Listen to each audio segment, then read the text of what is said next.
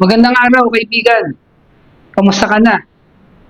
Marahil katulad ng iba, sa kasalukuyan ay meron kang mga iniisip na mga bagay-bagay at marahil ito ay nagbibigay ng kabigatan sa kalooban mo ngayon. O kaya yung katawan natin ay dumadaan sa sakit. Ito yung mga bagay na natural na nangyayari sa atin. Kaya sa araw na ito, nais kong paalalahanan ng bawat isa na nakikinig ngayon at nanonood.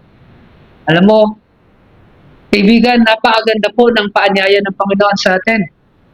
Anong sabi niya sa Matthew 11:28 na yung kanyang paanyaya na lumapit kayo ng mga nabibigatan at kayo ay aking bibigyan ng kapahingahan. Katotohanan sa buhay natin, ang dami nating binibitbit. Lahat tayo ang sumasalo. Pero bakit hindi mo ngayon ibigay yan sa Panginoon? Lumapit ka sa Kanya. Alam niyo po, may pagkakataon sa buhay ko na minsan, nung aking ama ay nakahiga sa banig ng karamdaman, siya po ay talagang nag-aagaw buhay na. Ang sabi ng doktor, maaari niyo nang iuwi si tatay para makasama niyo man lang siya bago siya tuluyang pumanaw. Or maaring hayaan niyo sa ospital at hintayin na lang natin kung ano yung pwedeng mangyari. Alam niyo po, sa gabing yon, napakabigat ng kalooban ko. Kaya wala po akong magawa kung hindi lumuhod sa Panginoon. Kasi po, ang iniisip ko, paano na lang kung yung aking ama sa ospital ay lumalaban sa kanyang buhay. Tapos ipapaalis ko yung life support niya. Parang kinitil ko ang buhay ng sarili kong ama. O sa kabilang banda, maaari namang gusto niya nang magpahinga.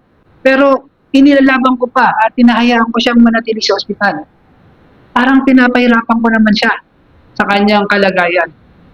Alam niyo, sa gabi yon, lumuhod ako, umiyak sa Panginoon, Lord, ano yung desisyon na dapat? Ano yung pwede ko pang gawin? Alam niyo po, bago matapos ang magdamag na yon, isang tawag po mula sa ospital na nabalita at sinabi sa amin ng pagpano ng aking ama. Alam niyo po, nagpapasalamat ako sa Panginoon dahil hindi niya binigay sa akin yung oras na kailangan kong magdesisyon. Binigyan niya ang aking kalooban at isipan ng kapahingahan sa bigat na pwede kong dalhin. Kaya kaibigan, ito ang paalala ko sa iyo. Ano man ang meron sa buhay mo ngayon, ano man ang nararanasan mo, lapit mo sa Kanya. Siya ang magbibigay sa iyo ng tunay na kapahingahan.